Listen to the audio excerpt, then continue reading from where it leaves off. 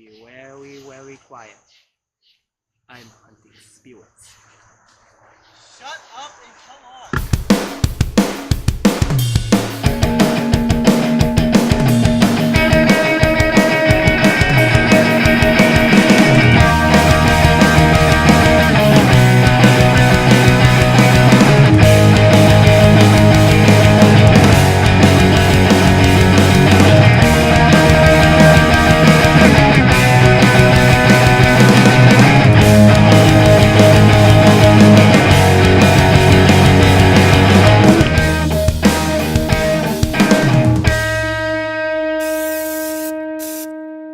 Welcome to Old Town Spring. According to the internet, this is the 6th most haunted Old West town in the United States.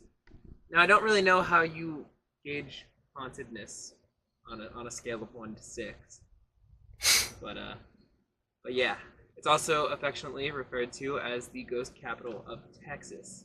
Anyway, today we're doing our show with a special guest. This is Kate. Kate, if you'd like to introduce yourself. Hi, my name's Kate. I have a YouTube channel called Caterella. I do lots of cool things on that, but other than that, I'm just here to see spooky stuff, so yeah. Yes, spooky stuff. Anyway, right now we're standing in front of the Spring State Bank. It's kind of part of an urban legend sort of thing.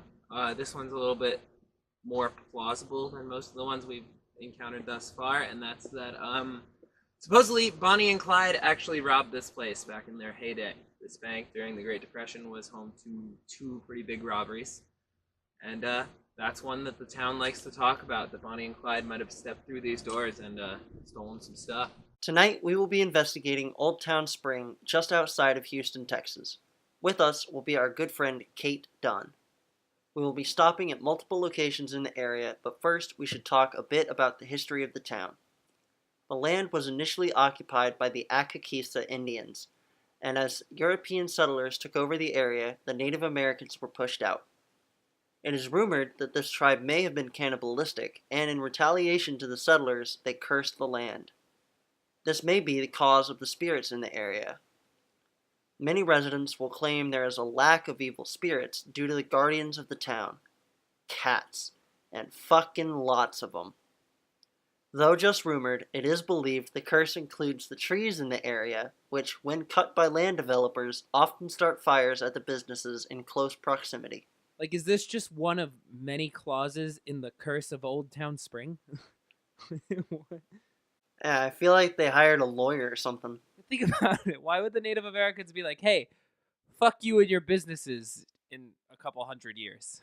Oh yeah? You try to cut down a tree? Check clause 43B subsection A, bitch! Yeah. You want to extend your business? Here's a mild inconvenience thrown in your fucking face. So this brings us to our first stop, the Wuntch Brothers Cafe and Saloon. Overtaken by a fire in 2015, coincidence? Holy shit, I don't think it's a mild inconvenience anymore. The location has always been rumored to be haunted by original owner Charlie Wuntch. And yes, Wuntch may sound familiar. The Wuntch family cemetery is actually not far from this location, and that's where we had our very first episode. We will conduct an investigation in front of this cafe, including Spirit Box and EVP.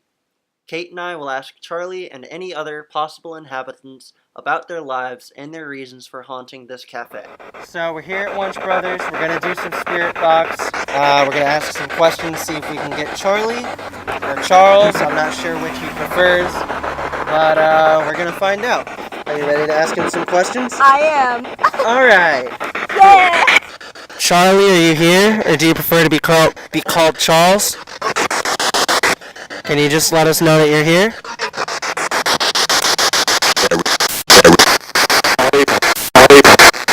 So Charles, I'm gonna let her ask you the questions. Do I just hold it? Talking. Charles, are you here with us right now?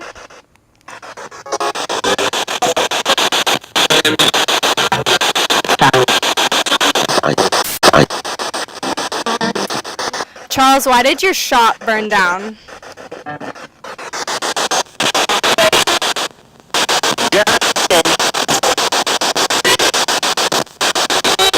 Can you give us a sign if you are here? So we're just going to do a little bit of old-fashioned EVP here. Kate, you and I are going to ask some questions. And More see... questions? Yes. I know, right?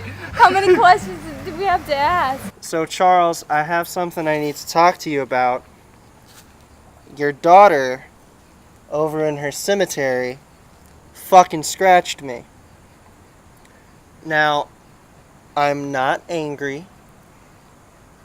I am just disappointed that you raised her to be a scratcher. Question: what if it's not his daughter? Well, Did she have the last name? Wunsche. Oh. Yeah, they're So- related in some way. Whoa. Someone in your family Named Olena.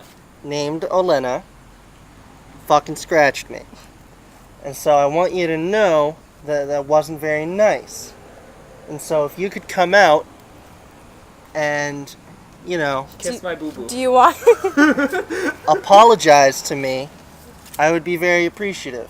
I'm waiting to see if you come out and say you're sorry to me. This is how you get scratched again. So, Charles, come on out. Tell me you're sorry. Or, scratch me just like she did. Make me realize that I shouldn't be messing with you. So I'm going to give you one last chance. This little blue light that's sitting on your banister. I need you to speak into it. Tell me to get out.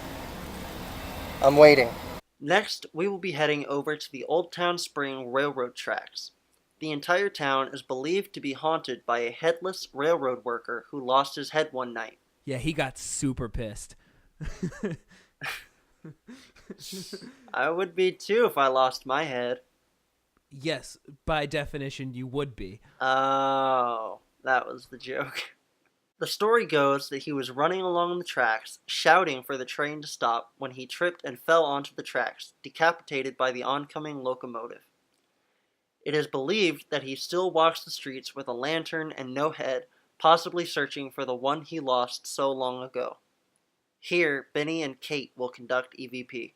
Anyway, now we're out here at the train tracks, which run right on the outside of Old Town Spring, because this is, I don't know what to classify this as. Maybe, Kate, you can help us out a bit. Is this a ghost investigation right now, or do you think it's an urban legend? It would be easier to like ask the locals to see what they say, but I mean, I'd like to think it was, an actual ghost activity going on. Cool, so it's an urban legend. So now we're out here at the train tracks doing a ghost investigation of an urban legend.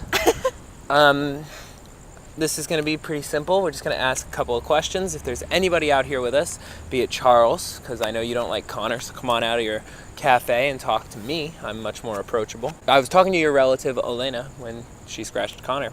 Hetty, if you're out here, that's your affectionate name for the time being. Speak into our blue light and tell us your real name, because I'm sure you don't like the name Hetty. I wouldn't if I were you.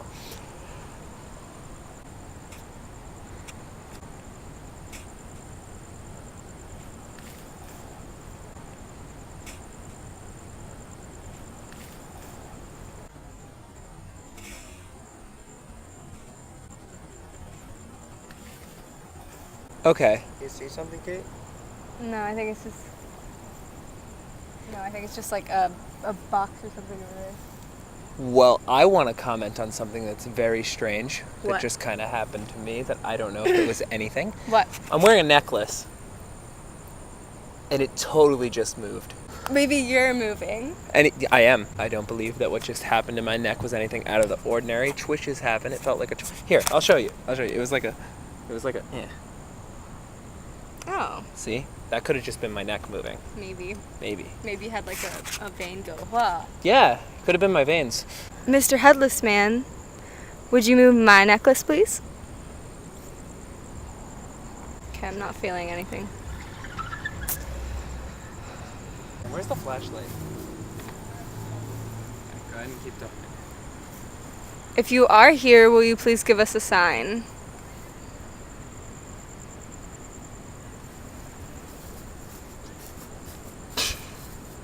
Trying to fit in. You think you're hilarious, don't you? I do think I'm hilarious, yes.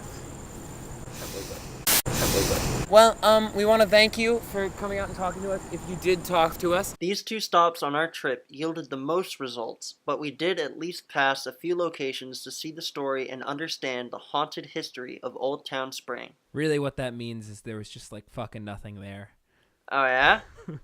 Well, I guess we'll see. so welcome to the Whitehall House, I'm pretty sure, based on the sign that says Hudson's Whitehall. We're out here checking out some ghosts. We're just going to take a look at it, I think. Do you want to do EVP or anything? No. We're just going to take a look. Chances are we're not going to see anything. There's supposedly a ghost that can sometimes be seen walking up there on that balcony. And sometimes you might even see a couple that is swinging on the porch swing that we have yet to locate. I don't see anything in regards to things.